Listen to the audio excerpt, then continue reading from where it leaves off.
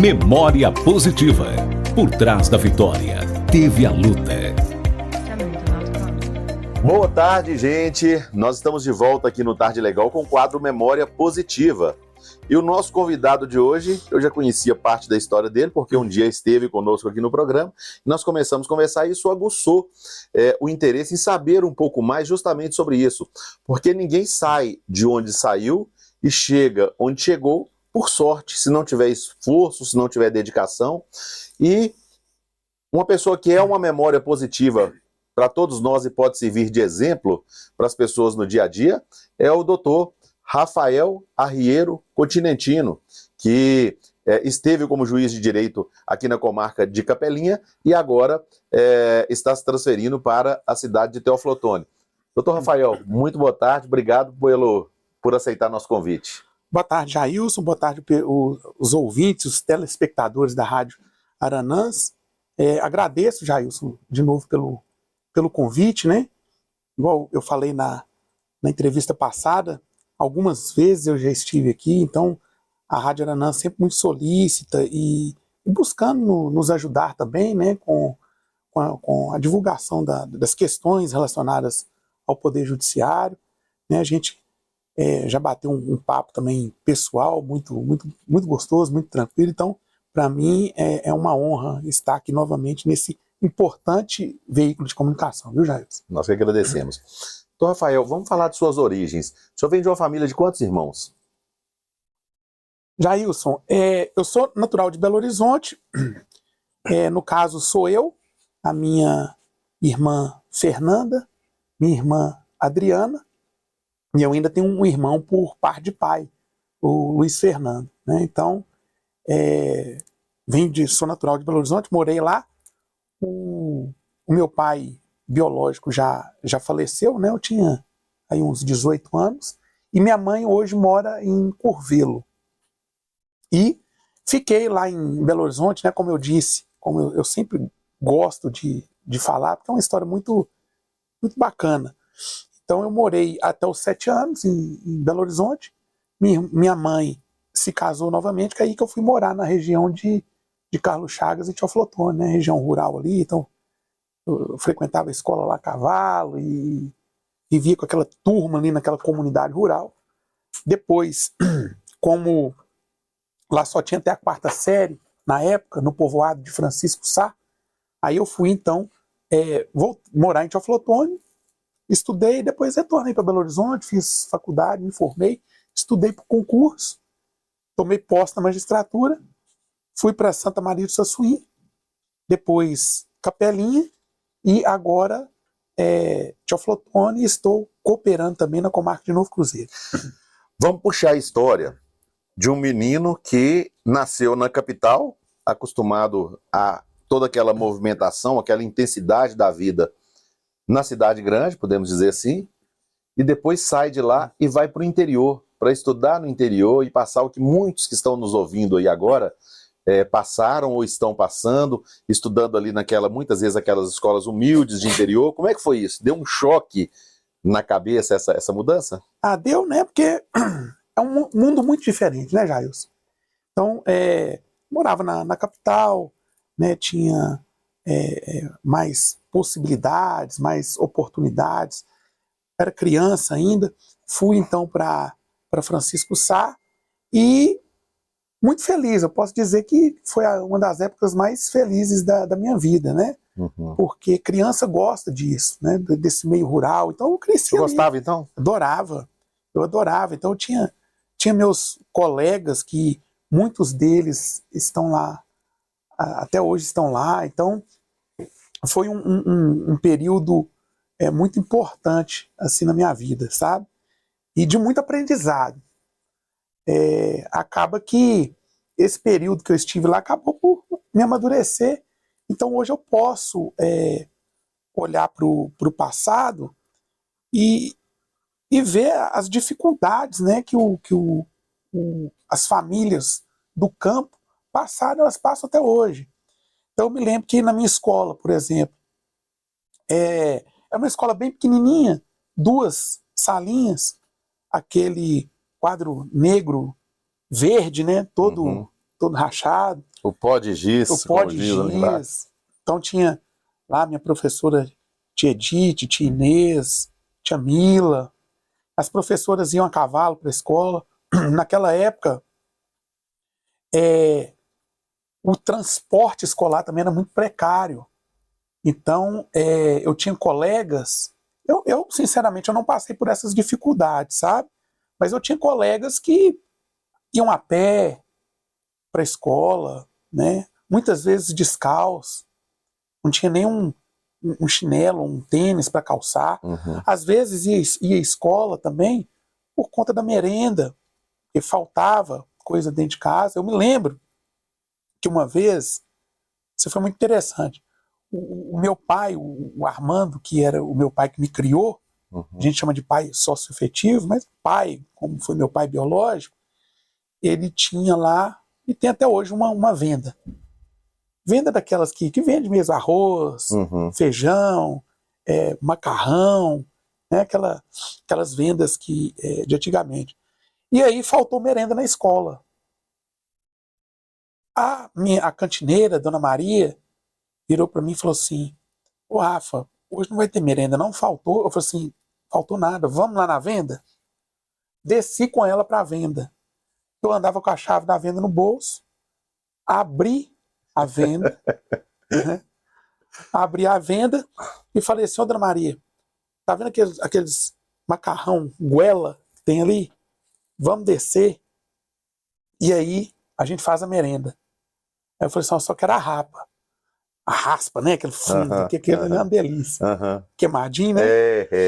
E aí ela descia, fazia merenda, aí eu ia para trás lá da cantina, era eu, Bisog e Thay, dos facão. A gente ia lá e começou e comia a rapa. A raspa. Uma raspa do mexido é a parte melhor que tem nele, né? Tem. Né? E aí, então, os colegas, então, merendavam. Então, isso acabou por me amadurecer, sabe? E isso reflete até hoje na minha função. Né? Porque uma pessoa mais madura. Ali o senhor já tinha esse senso de justiça, de notar ali que existiam as diferenças aqui. Por um lado, o senhor tinha o alimento ali, mas na escola faltava para aquelas pessoas que iam na escola, muitas vezes até apenas só por causa da merenda. Então o pessoal era muito humilde. Eu me lembro que minha irmã também, a Adriana mora em Belo Horizonte. Ela, quando ela tinha 18 anos, por aí, ela fez um intercâmbio na Europa, depois voltou, foi para a Europa de novo, e aí ela comprou para mim, na época, uma mochila para eu poder carregar meu material escolar. Mochila linda, sabe? Portada. Então, naquela época as coisas ainda eram mais difíceis, até a questão, né, de viajar, etc. Então, trouxe aquela mochila para mim. E aí, eu olhei para aquela mochila e ficava pensando nos meus colegas. Aí eu falei assim: mãe, eu não quero minha mochila, não. Faz um embornal para mim. Porque os meninos levavam o material no embornal. Embornal é aquela bolsinha, né? Só que nem era embornal, eu lembro, era feito até com pacote de arroz. Então os meninos amarravam aquilo ali, colocavam e ali levavam um caderno, levavam um lápis, uma borracha. E eu, apesar de ter gostado muito do presente da minha irmã, eu me sentia de uma certa forma desconfortável. Aí eu falei assim: mãe, faz um embornal. A mamãe fez um embornal para mim, e ali eu colocava meu material, saía lá da fazenda e andava uns 15 quilômetros a cavalo todo dia, de ida e volta, para poder estudar. Então foi nesse ambiente assim que eu cresci. E eu tenho muito orgulho disso, né? E muito orgulho do pessoal lá de Francisco Sá, porque é uma vida que não era fácil, não. Doutor, a gente pega um exemplo como esse e a gente puxa para os dias de hoje. Quando a gente puxa para os dias de hoje, a gente nota, andava 15 quilômetros a cavalo. Quem não tinha o cavalo, andava a pé. E hoje a gente vê que o ônibus passa na porta, pega na porta, e muitas vezes as pessoas não querem levar a sério o estudo, não querem vencer na vida, né, com toda a facilidade que o mundo moderno está oferecendo É hoje. verdade. Então, né, o tempo foi passando e o que eu observei? Houve uma melhora, né? Então, hoje, por exemplo, vou dar um exemplo de Francisco Sá. Então, essa escola pequenininha que eu estudei já não é ela mais. Então, foi construída uma escola maior, o acesso também melhorou. Então, agora já tem mais linhas de ônibus para fazer o transporte rural das crianças. Então, mudou para melhor, né? Principalmente a educação, né? Porque educação é tudo. É verdade. É tudo. Educação ninguém tira da gente. Eu acho que a maior herança que um pai, uma mãe pode deixar para um filho é o estudo. Uhum. Né? Porque o estudo te valoriza, te forma, né? Faz você se tornar um cidadão. Então, Sim. educação é muito importante. Então, a gente, né, tem muitos problemas, hoje ainda tem, mas eu vivi nessa época, eu me lembro bem. Desculpa a garganta. Jair, teve uma época que, quando eu morava lá, eu senti muito de perto. Então, o país passou até na época por uma mudança econômica significativa, digamos assim, quando veio, por exemplo, o Plano Real. Uhum. Né, o Plano Real forte. E isso é impressionante, eu senti isso na pele. Antes, o luxo que se tinha na região rural era ter uma antena parabólica. Se comprava através de consórcio, né? Era. Você fazia um consórcio, pagava 12 vezes, 24 vezes, era uma loucura, né? Era uma coisa de luxo. Então, a gente tinha lá na fazenda, meu tio tinha, então às vezes o pessoal saía lá de Francisco Sá, andava lá uns 5 quilômetros para assistir televisão. Né? Aí a gente fazia lá, minha mãe recebia, colocava o pessoal na sala lá, a gente assistia um filme. Eu lembro que o pessoal gostava muito de assistir Tela Quente, da que passa na Rede Globo, aí o pessoal ia lá assistir. Então isso foi por muito tempo. Quando veio essa mudança econômica, cada um começou a ter a sua antena parabólica. Isso é um exemplo que eu dou. Então, veio depois uma geladeira, o pessoal não tinha. Uhum. Veio uma geladeira, veio uma televisão menor. O pessoal parou praticamente de andar a cavalo, muita motocicleta. Então, houve uma mudança. Né? O mundo está muito difícil ainda, né? Muito complicado. Né? A gente vive tempos difíceis. Né? Veja aí, guerra, né, na Ucrânia com a Rússia, Israel, questão lá da Palestina, muito complicado. Mas eu acho que o ser humano ele tem que evoluir, sempre buscar melhorar, Uhum. né? E é isso. O senhor falou sobre a perda do seu pai. Isso. Né? Foi com quantos anos? O senhor tinha quantos anos? Ô Jailson, se eu não me engano, eu tinha 18 para 19 anos. Ele era separado antes da sua mãe? Ele já era divorciado. Tá. Ele morava em Belo Horizonte. Entendi. E eu morava em Francisco Sá. Eu ia passar férias em Belo Horizonte e aí ficava com ele. Entendi. E ele se chamava Fernando. Uhum. Era natural lá de Belo Horizonte também. Eu falo que a referência paterna numa família é uma coisa muito importante, não é? Porque a mãe é aquele coração, o pai vem com a razão e vem aquele temperamento. É muito importante ter esse meio, e principalmente eu noto que, eu vou te chamar de você, Claro. Você fala com muito carinho do seu padrasto, de ter dado essa sequência, te dado essa... Fala com muito carinho dele. Muito carinho. Isso é muito importante. A gente vê muitas vezes as mulheres não tendo o cuidado de escolher quem coloca dentro de casa. Verdade. E você deve lidar muito com isso no juizado. De repente a mulher sai de uma relação e corre, arranja uma outra pessoa e não sabe quem coloca dentro de casa, que pode ser um abusador amanhã de um filho, de uma filha, né? E quando se encontra alguém que realmente abraça o filho ali, o enteado como um filho, isso é muito bom, né? Muito importante, até porque eu era uma criança, né? Eu tinha 7 anos de idade, e aí ele foi também minha figura de pai, né? Sempre esteve ali e me ensinando, companheiro, né? Às vezes tinha que puxar a orelha, puxava também. Uhum. Então eu sempre falo com muito carinho dele porque me ensinou muito. A gente tem a mesma relação até hoje. Às vezes ficou um pouco mais distante, porque acabou que eu me tornei magistrado, então juiz, então a gente roda muito. Então eu tive que sair sair de Teoflotone. Primeiro já fui estudar, depois para ir para lá era difícil, porque às vezes quase eu não tinha tempo, mas sempre que podia eu estava lá. O contato a gente sempre teve. Uhum. Né? E como que vai ser agora essa volta para Teoflotone e voltar a Francisco Sá, rever esses amigos ali? Como é que vai ser isso? Vai ser, ou já acontece? Vai ser muito bom. Não, eu já estou prestes agora já a ir para lá, né, de forma definitiva. Eu estou trabalhando por lá, mas como eu estou respondendo também por Novo Cruzeiro, eu tenho que ficar nesse vai e vem, né? Uhum. E vai ser muito bom estar lá novamente com o pessoal. Como eu te disse, meus colegas, a maioria está lá, né? Então os outros amigos, então tem o meu pai, o Armando, a família dele, né? Ele tem uma filha também que chama Yasmin, hoje ele é casado com a Cris, então é minha família também, é o local onde eu fui criado. Poder mostrar isso um pouco pro meu filho também. Uhum. Sua mãe é viva ainda? Minha mãe mora em Curvelo. Em Curvelo.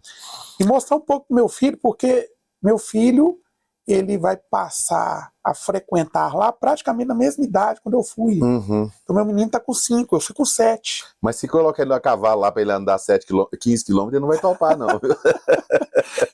Eu acho que para brincar ele vai, mas não sei se ele vai querer ir. Né? Se fosse estudar lá, se ele queria andar uns 15 quilômetros a cavalo para ir para a escola. É verdade. Para brincar, ele vai.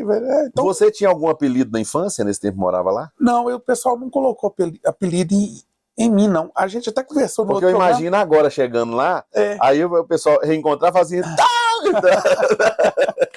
Eles, agora, apelido eu não tinha. Agora, o que é interessante, né? Eu converso, o mundo, né, depois que chegou a internet, então é bom que aproxima a gente, apesar da gente estar distante. Então o pessoal lá, todo tem internet. Então, meu Deus, na época que eu estive lá, até como eu disse, televisão era difícil. Né? Hoje o pessoal tem internet, tem um perfil nas redes sociais, posta muita coisa. Então eu acompanho sempre o pessoal lá. E sempre converso, né, com alguns amigos, o Robertinho e Joana, muito amigo meu, a gente conversa, pergunta como é que tá e tal. No interior é sempre alguém de alguém, né? Robertinho de Joana. Então, né, o pessoal lá é interessante. Bisog, Robertinho de Joana, Taides Facão. Aí tinha um amigo meu também, ele era Gereta, ou tinha gente que chamava ele de Hereta. Minha avó Almira chamava ele de Bereta. E o nome dele era Lili Lemes. Então tem umas figuras lá que são muito interessantes, né? E vai ser muito bom, porque eles me tratam como amigo deles. Então eu não chego lá, graças a Deus, ninguém me chama de Dr. Rafael. É o Rafael que foi criado ali, que tinha seus objetivos, né? Conseguir, né, estudar e passar no meu concurso, mas para eles ainda continuo sendo o Rafael, o Rafa lá de Francisco Sá. Isso é muito bom, né? Porque a gente... Esse tempo na vida do interior, na vida interiorana, te ajuda muito na hora da sentença ou seria diferente, assim? Seria diferente se tivesse ficado o tempo todo em Belo Horizonte, vendo só a proximidade das coisas, as coisas acontecerem com a rapidez maior? Ajuda demais, Jailson. Ajuda porque a gente pega no interior, a gente tem muita demanda, inclusive envolvendo terra, né, posse, e aí eu consigo entender melhor aquela aflição, digamos assim, daquela parte que está demandando ali uma terra, um terreno na área rural. Às vezes o pessoal que está buscando uma aposentadoria na condição de segurado especial, que é o trabalhador rural. Então eu consigo entender melhor esse contexto. E é interessante que às vezes eu estava numa audiência, aí às vezes eu usava uma linguagem que é própria do homem do campo. Aí eles olhavam assim para mim, pensavam assim, olha, o doutor Rafael acho que entende. Não entendo muito não, mas eu tenho. Então às vezes eu perguntava pro pessoal, não, mas como é que é extrema lá? É cerca ou um vale? Doutor Rafael, vale? Então você via que isso, aquilo ali despertava a atenção deles, né? Sim, sim. Então eu usava uma linguagem muito própria. E eu acho que isso é importante, né? A nossa atividade jurisdicional, né, a nossa função é para o povo, é para o cidadão. Então, a gente não pode ficar com uma linguagem, você chega na audiência, a gente não pode ter uma linguagem muito técnica, porque senão a parte que está sentada ali não vai entender nada. O advogado vai, porque ele é técnico no assunto. Então, a gente tem que, às vezes, falar a língua do nosso jurisdicionado, da parte que está ali sentada na audiência e está frente a frente conosco. Então, a parte se sente até mais acolhida, digamos assim, se sente mais confiante também, por que não? Né? Fala assim, ó, aquele juiz ali, ele fala a minha língua, ele entende o meu contexto, a minha situação. Uhum. Então isso é muito importante, né? A gente tem que, a justiça tem um certo formalismo, que a gente não pode abrir mão dele, mas também a gente tem que não trazer esse formalismo ao extremo. Né? Então, essa aqui que é a ideia, né? Cidadania, a parte está ali. A gente tem que conversar com a parte, entender um pouco. Isso é muito importante. E aí que eu busco essa vivência toda que eu tive no interior, quando criança, me ajudou muito. Eu sinto que me ajuda até hoje. Uhum. Aí, terminou esse período da escola rural lá, quando que foi a ida para a cidade? E para onde? Sim, aí eu fui para Teoflotone, eu não vou lembrar o ano, mas eu fui para Teoflotone estudar. Na época era o primeiro ano. Aí eu fui para Teoflotone, estudei a 5ª série até o primeiro ano científico. Na época eu não sei hoje como é que é mais. O primeiro científico era o básico, né, para os outros. Isso. Né? Aí eu voltei para Belo Horizonte, faz o 2º ano, 3º ano, fiz o vestibular e entrei na Universidade FUMEC para fazer Direito. Então... Foi difícil, assim, com a base que tinha mais de interior e chegar lá e conseguir fazer o vestibular? Teve dificuldade? Não, eu não senti. Eu não senti dificuldade, né? Porque a escola rural na época tinha lá suas dificuldades e tudo, mas eu penso, Jair, que quando a gente quer uma coisa, a gente consegue, né? Eu nunca fui um aluno, digamos assim, 100% dedicado, estudioso, mas eu tinha sempre um objetivo na minha cabeça. Um foco. E quando a gente quer, a gente consegue. A gente não pode colocar as dificuldades como um pretexto, como uma desculpa para não se poder alcançar determinada coisa. Então, às vezes a dificuldade amadurece a gente. E esse amadurecimento ele é importante para a gente alcançar os objetivos da gente. Então nunca senti dificuldade, esse déficit, digamos assim, porque a gente sabe disso, né? Na época. Da escola rural, não. Fui para Teoflotone, na escola eu consegui me adaptar com certa facilidade e aí bola para frente. Eu acho, de certa forma, uma injustiça no sistema, quando a gente pega, por exemplo, o aluno, ele vem da escola pública, aí vem o outro aluno que vem na rede particular. Mas quando vai entrar na universidade, o que veio na rede particular, com toda a estrutura, com os professores, não tem greve, não tem isso, não tem aquilo, tal, aí ele pega e vai lá e concorre na pública. E o que está vindo da rede pública ali, ele não consegue, às vezes, entrar na pública por causa dessa concorrência, quem veio muitas vezes melhor preparado, aí ele tem que entrar na privada, aí faz esse cruzamento. Aí o que veio na pública, porque não aguentava pagar a escola particular, ele tem que pagar a faculdade particular lá na frente. Então faz um cruzamento.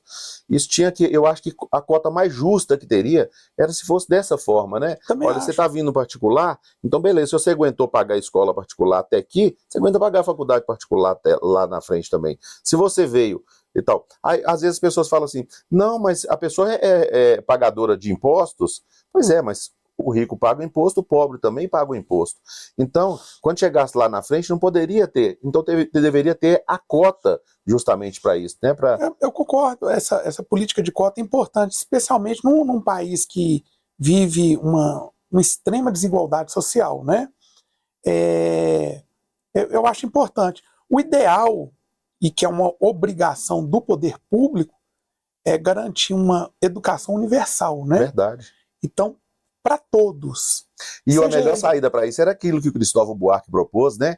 De que qualquer político, ao entrar no cargo público, obrigatoriamente os filhos deles deveriam estar matriculados na escola pública. Porque ele ia colocar dinheiro na escola pública sempre. Ele não ia deixar a escola pública desamparada. Porque ele ia lembrar assim, opa, meu filho está estudando lá, eu tenho que melhorar a escola pública. Ah, não, sim. Né? Tem porque, às vezes, a gente só percebe uma dificuldade quando ela acontece conosco, né? É verdade. E o ideal, isso é na saúde, na educação, o ideal e o que determina a Constituição também é um acesso universal.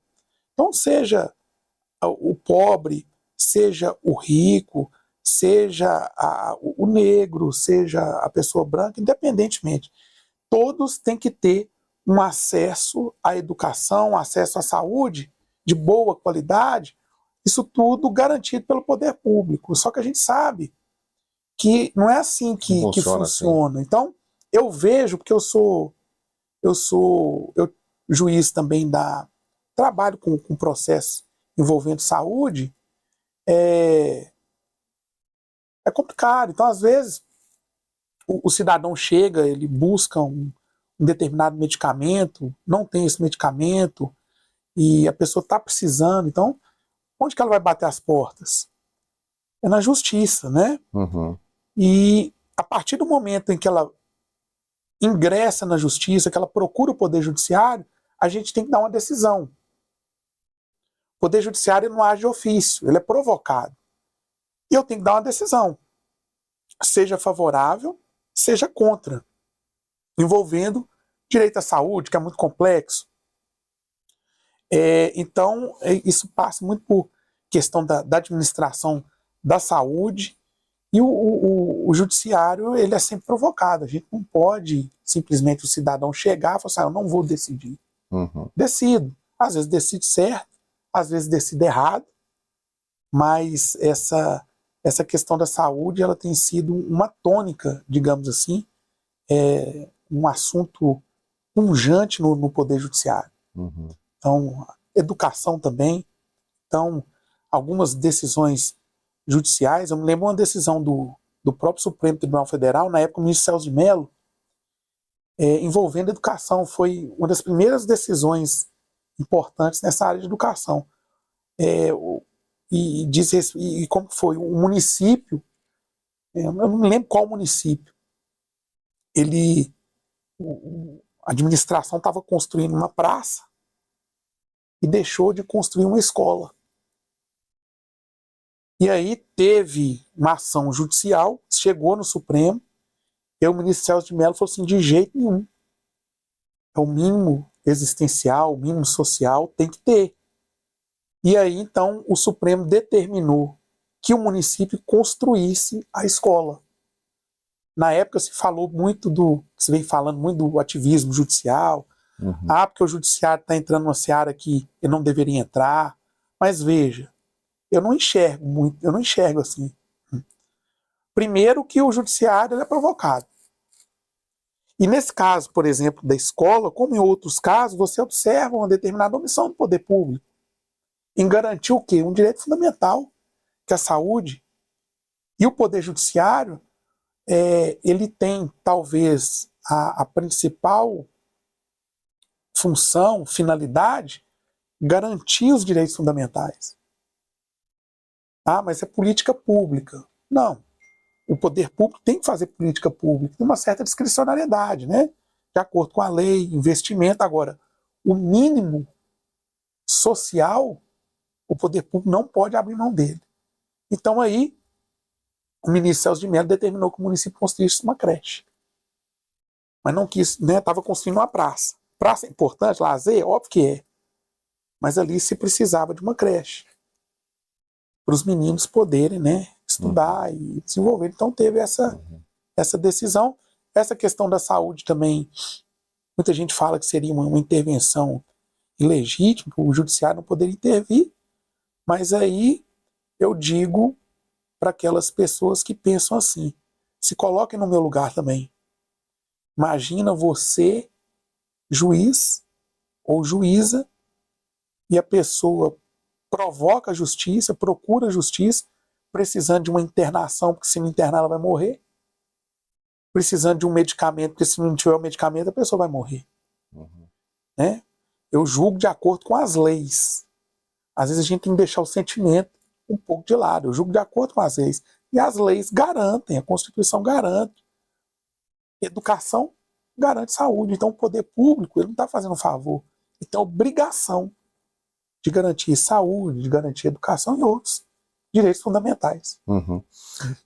Voltando lá no tempo da faculdade, aí veio na FUMEC, fazendo o direito na FUMEC, e o foco já era se tornar um magistrado ou era advogar? Não, já era.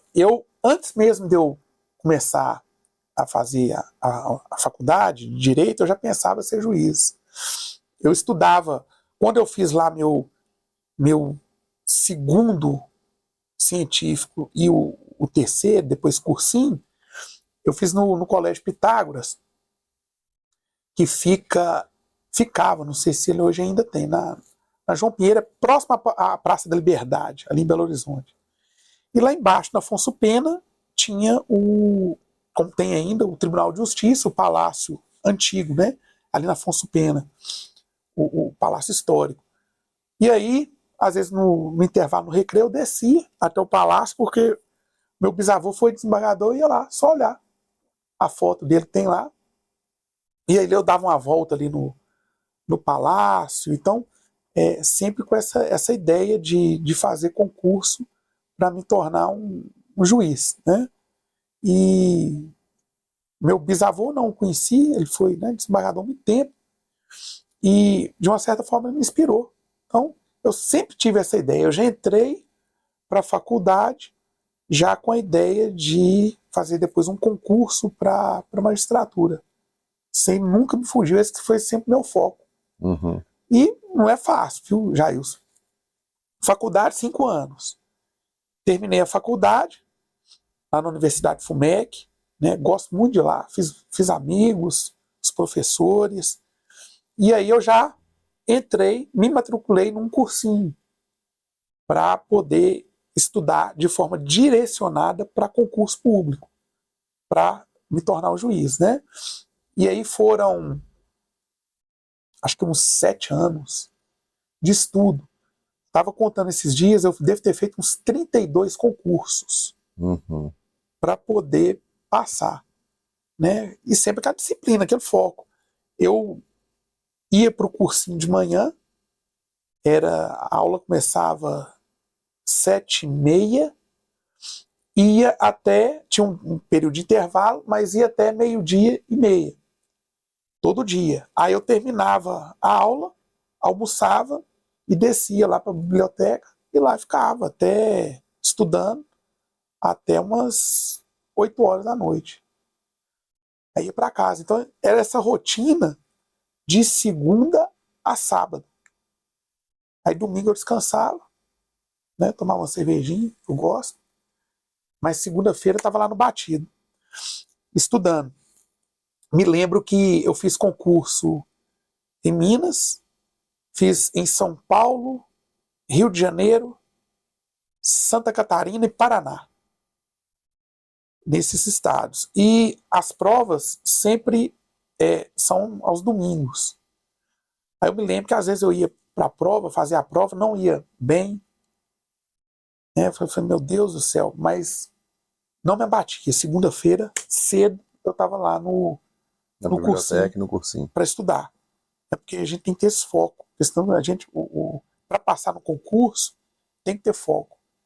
Tem que ter inteligência para estudar, saber estudar, porque senão não passa. E muita dedicação.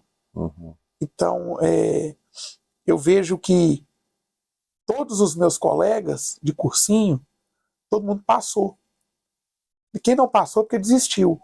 Né? Às vezes, você, um concurso não é para mim, eu quero advogar. Advogar também é uma função dentro do direito muito importante.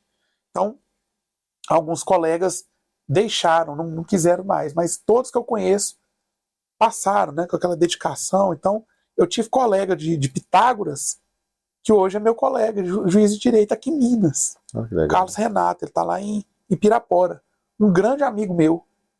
Você vê como é que o mundo é pequeno, né? A gente cresceu estudando junto ali, lá em Belo Horizonte, no mesmo colégio, mesmo Pitágoras.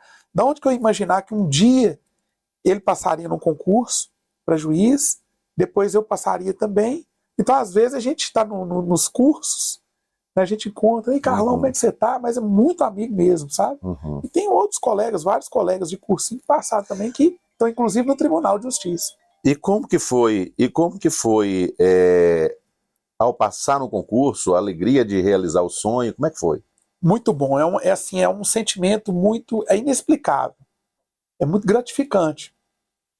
Eu passei, o meu concurso ele teve uma particularidade, primeiro que foi um concurso muito demorado, né? Ele, salvo engano, de quando abriu até terminar, quando ele abriu até quando ele terminou, foram mais ou menos uns 2 anos.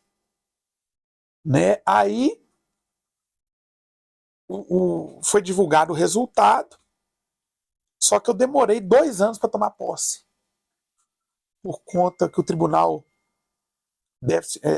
falava-se na época de problemas orçamentários e tudo, para chamar todo mundo, aí dividiu turmas, né? E a minha turma foi a derradeira, então eu fiquei 2 anos para tomar posse. Primeiro a gente passa, depois fala assim, meu Deus do céu, será que eu vou tomar posse? Mas aí o tribunal sempre informando a gente, não, fique tranquilo, a gente vai chamar todo mundo, porque o tribunal nunca deixou de chamar, mas segura um pouco aí que vai dar tudo certo. E aí, ansiedade, então, hein? Nossa, 2 anos. 2 anos. E aí, eu tomei posse em 2017.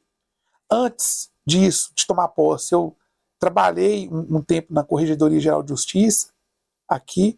Na época, eu fiz assessoria para o corregedor, na época, com o desembargador Leite Praça, André Leite Praça, né, que foi muito bom, inclusive, um grande amigo meu.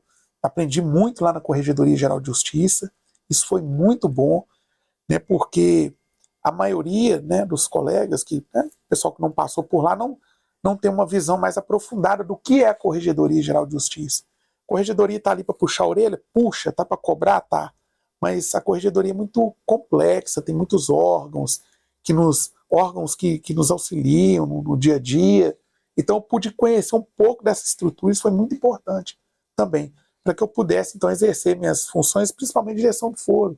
Direção do foro é o juiz ou a juíza que está ali na comarca, que cuida, digamos assim, da parte administrativa do fórum. E eu, sempre que eu tenho oportunidade, eu gosto de esclarecer também o cidadão. Às vezes o cidadão pensa que ser juiz é você ir para o fórum para decidir, para sentenciar, né, para despachar. E não é só isso. A nossa função envolve uma parte administrativa muito importante. Então, quando eu chego numa unidade, eu tenho talvez lá 12, 13 pessoas para gerir. É como se fosse uma pequena empresa, por que não? E essa gestão é feita com base em resultados, atingir metas. Então isso vem sendo desenvolvido muito no Poder Judiciário, principalmente aqui em Minas. Em Minas, a gente tem, no âmbito da Corregedoria Geral de Justiça, o que a gente chama de planejamento estratégico. Ou seja, um procedimento que a gente tem que seguir para atingir as metas, os resultados. Metas que, inclusive, vêm lá do Conselho Nacional de Justiça, em Brasília. Meta 1, meta 2, meta 4. E a gente tem que atingir aquelas metas. Então isso mostra uma administração pública, por que não, no Poder Judiciário. Essa administração gerencial, atingir metas, buscar resultados. Então a gente tem instrumentos, é interessante, no próprio site do Tribunal de Justiça, na intranet, né, que o acesso é exclusivo para magistrados e servidores, a gente tem os painéis ali, Jair, isso é muito interessante. Diários. Eu sei diariamente quantos processos que tem na unidade, eu sei quantas decisões, sentenças, despachos foram proferidos, eu sei se eu estou batendo as metas do CNJ ou não. Então a gente tem aquele acompanhamento diário. Então a gente faz essa gestão, a gente não fica só ali decidindo, sentenciando, despachando, não. É uma coisa muito mais complexa. Sim. Você citou sobre o ativismo judicial, Sim. né? E hoje, um dos focos no Brasil hoje, até pela polarização que aconteceu política hoje, de lado, direita, esquerda, aí vem os apelidos que se cria, né? Coxinha, não sei o quê, tal. Então, isso colocou no foco, na alça de mira, o Supremo Tribunal Federal. Eu gostaria de saber a sua opinião. Eu já até falo a minha. Eu acho que a forma de escolha dos ministros, eu não acho ela justa. Eu acho que deveria ser carreira, até para privilegiar as pessoas, porque é muito fácil a pessoa chegar em tal lugar, porque teve o chamado, e as pessoas falam pistolão, né? Não, teve um pistolão, esse teve um que empurrou, esse teve um que ajudou, e a pessoa chegou. E muitas vezes essa ajuda, ela depende, poucos têm acesso a ela. E quando é a meritocracia, eu acho que é uma coisa mais justa. Qual que é a sua opinião justamente sobre isso, sobre a escolha dos ministros? O que a gente observa? Primeiro que como eu disse, o Supremo, para começar, ele é o órgão máximo da justiça brasileira. O Supremo está previsto na Constituição Federal de 1988. As atribuições do Supremo Tribunal Federal estão lá. E qual que é a principal função do Supremo Tribunal Federal? É garantir a efetividade da Constituição, a guarda da Constituição. Todos nós da Justiça buscamos guardar a Constituição, garantir a aplicação da Constituição, garantir os direitos fundamentais. Só que o Supremo ele tem uma atuação, digamos, mais específica. Seria uma corte constitucional de garantir a guarda da Constituição, né? E muitas das vezes a gente observa omissões do poder público. E o Supremo é provocado. O Supremo tem que dar uma resposta, buscando a guarda da Constituição Federal de 1988. Então, como eu falei, essa questão do ativismo, eu não vejo, talvez, sinceramente, às vezes eu falo, o pessoal discorda, a gente tem que discordar mesmo, a gente está numa democracia. Eu não vejo uma ingerência ilegítima do Supremo, não vejo. O Supremo tem sido demandado, tem sido provocado e ele decide, né? E o que eu não acho que é correto, primeiro, é desrespeitar o Supremo Tribunal Federal. A gente tem que respeitar o Supremo Tribunal Federal. Né? É a corte constitucional do seu país. É uma instituição importantíssima para a democracia. A gente pode, às vezes, discordar de uma decisão ou outra? Pode. Né? A gente vive numa democracia, liberdade de pensamento, de opinião. Agora, o respeito tem que existir. A gente pode discordar, mas a gente discorda respeitando. Né? E a parte que, às vezes, se sentiu prejudicada, que busque os recursos cabíveis. A outra questão é como que se dá o ingresso, né, dos ministros no Supremo Tribunal Federal. Está lá na Constituição. Foi o sistema que o Constituinte achou melhor. Essa ideia de, às vezes, de buscar ministros fora da magistratura, isso foi pensado no sistema de freios e contrapesos, até para buscar, talvez, uma maior oxigenação do poder judiciário, né? Agora, é importante também a gente ter ministros que vieram da carreira da magistratura, né, para que eles possam até entender um pouco mais da vida de um juiz, de um magistrado, né, de sentar, de como que é presidir uma audiência, como que é tocar um processo aqui na primeira instância. Então tudo tem seus prós e Porque a contras. gente fica com algumas decisões que a gente vê sair lá em cima, que a gente fica sem entender. A última, por exemplo, que eu achei absurda, foi essa sobre os bancos, né? Então você deve um banco, então o banco pode ir lá e tomar sua casa sem depender de ir à justiça, né? Agilizar isso aí. Mas o carro não pode. Aí o que é mais importante? A casa onde está você com sua família ou o carro? Entendi. Né? Então a gente tem decisões que eu acho que elas destoam do normal. Sim, mas quando, por exemplo, você tem essa decisão, essa decisão ela é proferida com base na lei. Se a lei autoriza, como é que o judiciário vai falar que não pode? Né? A gente tem que aplicar a lei. Por exemplo, o Supremo já proferiu. Primeiro, o Supremo decide todo dia. O Supremo ele é uma corte constitucional completamente diferente, por exemplo, das cortes constitucionais dos países europeus. Você pega a corte constitucional aí de país europeu, a função fica única e exclusivamente em guardar a Constituição. O Supremo Tribunal Federal, além de buscar zelar pela guarda da Constituição, ele tem outras competências também. Uhum. Então, tem países europeus aí que, se eu for olhar a distribuição de processos na Corte Constitucional, não vai chegar a 500 em um ano. O Supremo tem milhares. Então, a Constituição ela trouxe um âmbito de atuação maior para o Supremo, que foge à regra típica das cortes constitucionais. Então, o Supremo decide todo dia. Agora, nem tudo que o Supremo decide todo dia é publicado, é revelado. Eu me lembro, isso eu posso falar com propriedade, porque para eu passar no concurso, eu tive que estudar demais a jurisprudência do Supremo. Eu, às vezes, meia-noite, que passa na TV Justiça, reprisava a sessão plenária e estava eu lá assistindo. Então, eu acompanhei de perto, eu via os informativos todo dia. Sabe uma coisa que eu não consigo entender no Supremo? Até a Itatiaia sempre bateu muito em cima disso. Aquele caso daquele assassinato lá dos Mânica, lá em Unai, que teve aquela chacina que matou o pessoal, os fiscais. Sei, acho que era do trabalho, né? Do trabalho, Mataram, teve uma chacina lá, os Mânica, pessoal muito influente lá, matou e tal. 20 anos e não tinha resolvido a situação deles. Mas no Supremo, todo dia, você vê julgamento entrou com ação há um mês atrás, há 2 meses atrás e tal, uma ação política contra Bolsonaro, é a favor do Lula, é a favor do Lula, contra Lula, é a favor de Bolsonaro. Então, as coisas recentes acabam tendo uma prioridade muito maior, até muito mais que a vida. E a gente fica sem entender o que faz virar prioridade o recente e outras coisas ficam na fila. Questão de competência. Você tem ações originárias do Supremo, você tem ação que já chega direto no Supremo. Por exemplo, os Mânica, eles são julgados na primeira instância.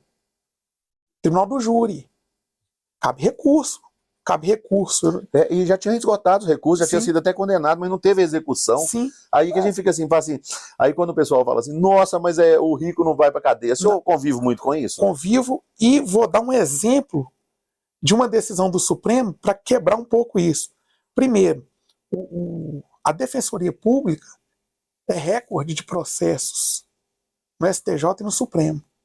Defensoria Pública defende quem? O pobre. Então não é bem assim. Eu lembro que teve a época se eu não me engano, eu não sei se foi do Mensalão, ou um outro caso aí que foi julgado pela Justiça.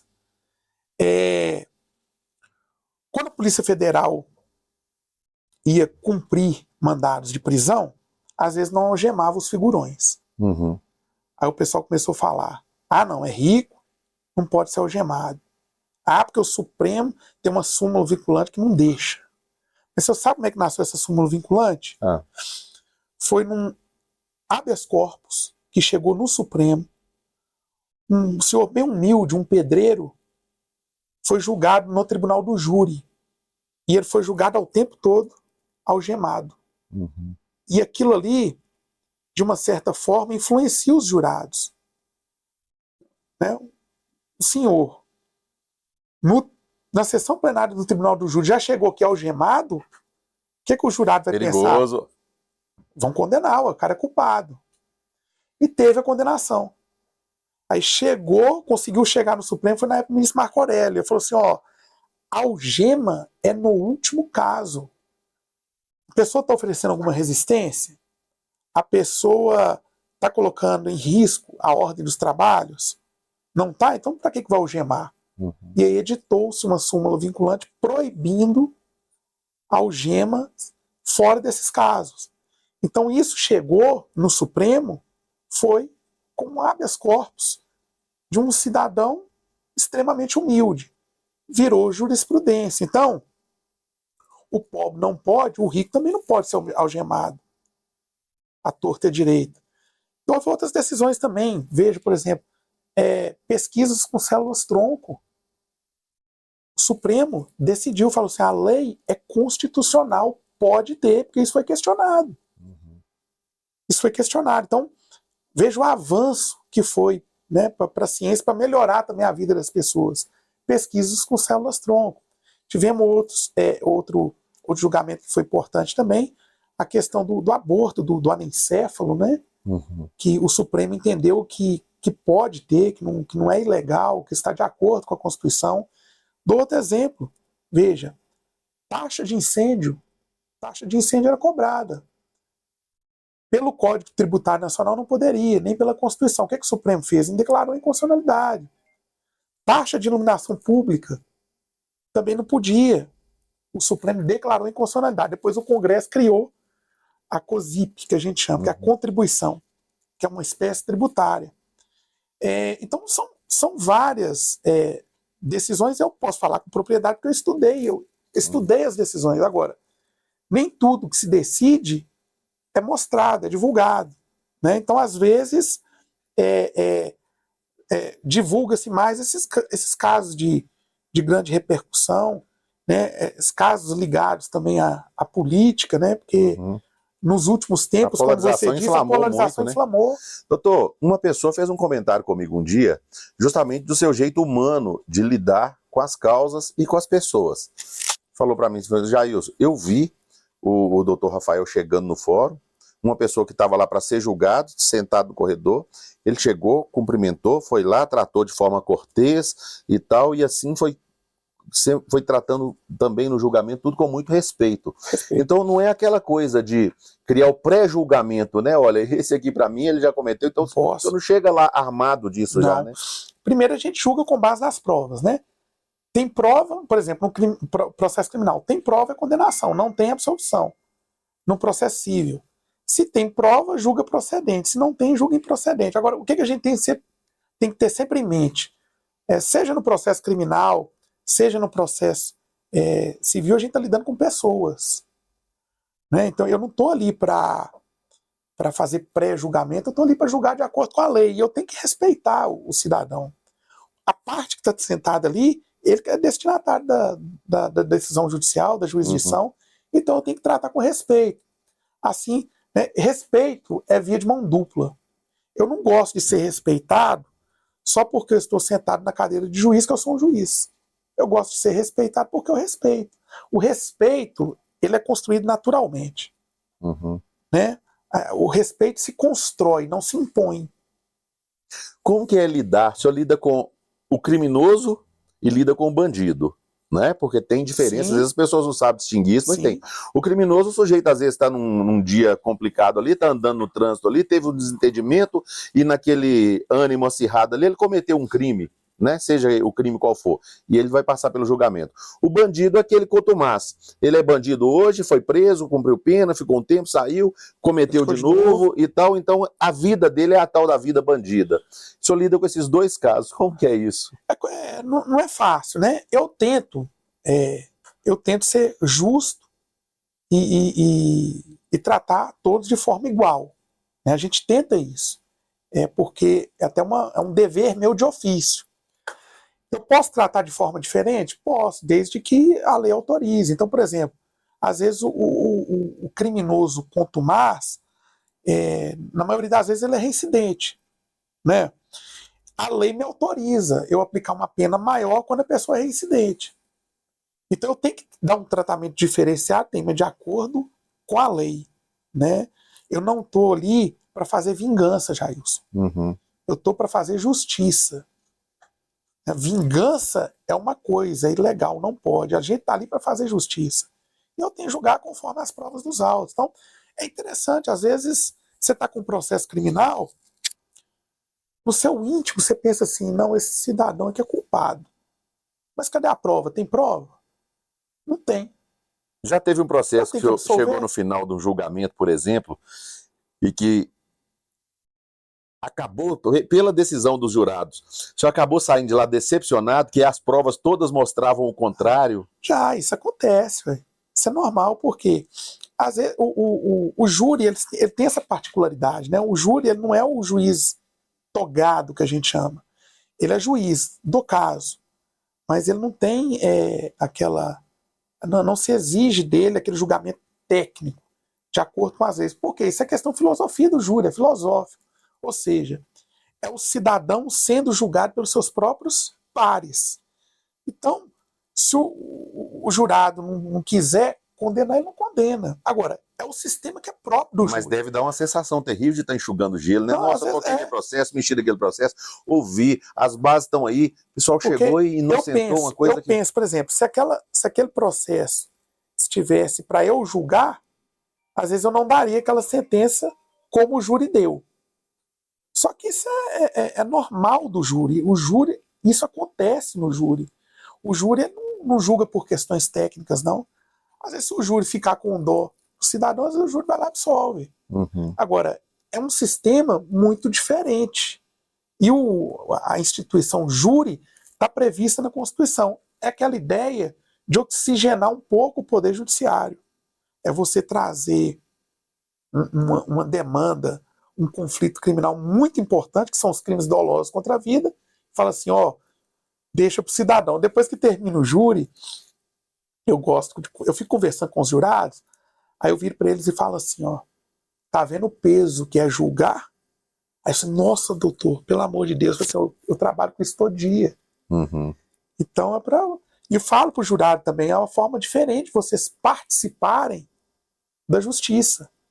Porque às vezes chega ali só como réu, autor, testemunho, não. Ali é uma função completamente diferente. Uhum. E ali eles sentem um pouco, eles vestem toga, né?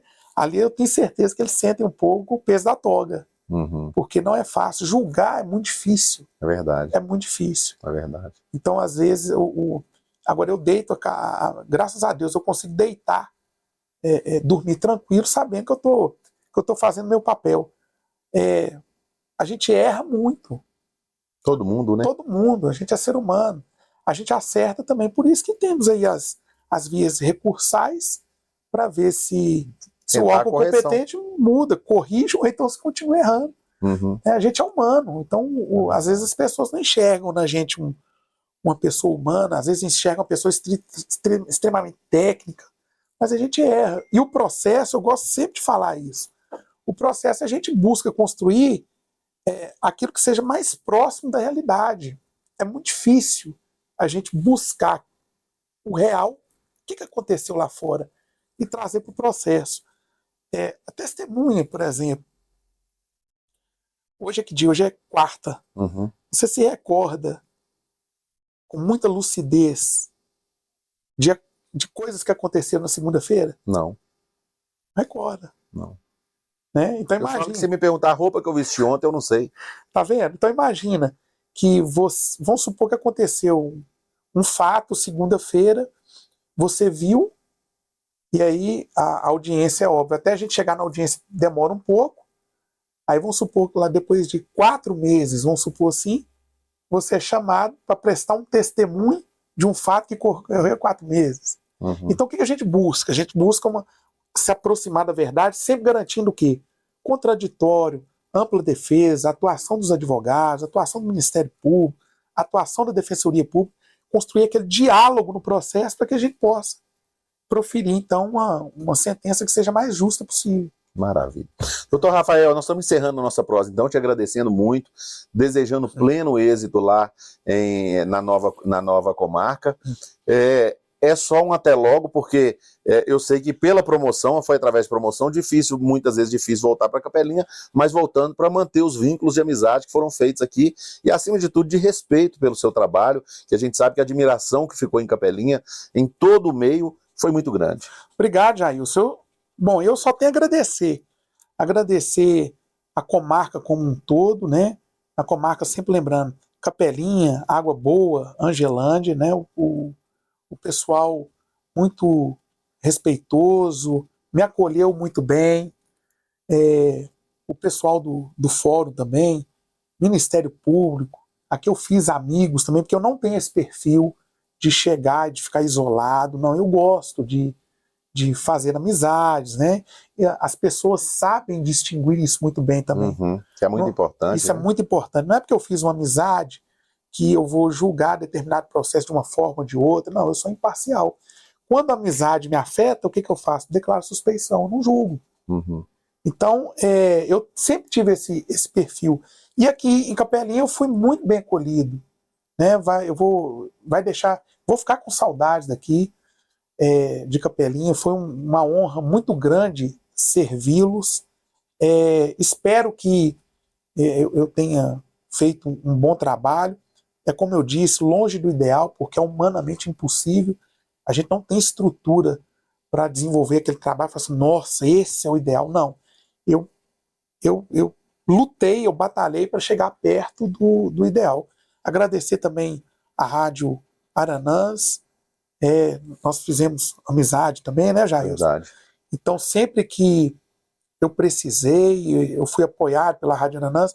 Me lembro que a gente fez uma campanha de arrecadação de alimentos, sim, né? Sim. Na época da pandemia, foram mais de 300 cestas básicas que mudou a vida de muita gente. Aliviou, né? Ali, né? O pessoal, já na pandemia ainda, né, com esse problema social fome batendo na porta, né? Então a Rádio Aranãs ajudou muito. A Rádio Aranãs presta um serviço de público mesmo, de muita qualidade, boa qualidade para o cidadão, informando. Estarei em Teoflotone, mas eu sempre me coloquei, inclusive, na corregedoria à disposição, né, se tiver que fazer algum tipo de cooperação. Hoje nós estamos com a doutora Camila, que é uma excelente juíza, ela está se desdobrando, não é fácil. Ela está responsável pelas 2 unidades. Em breve vai chegar algum colega aqui, um juiz ou uma juíza. A gente tem um concurso que está em trâmite, ele vai terminar no início do ano, então até talvez março, por aí, já chega para cá um novo colega, para não deixar a justiça... a justiça nunca para, né? Mas para que a coisa continue funcionando bem, eu tenho certeza que vai dar tudo certo. Maravilha. Doutor Rafael, muito obrigado, viu? Sucesso lá. Obrigado, Jailson. Um abraço a todos aí. Falei com o doutor Rafael Arriero Continentino, que esteve à frente da comarca de Capelinha e agora vai estar assumindo em Teoflotone. Foi o Memória Positiva de hoje. Repórter Jailson Pereira.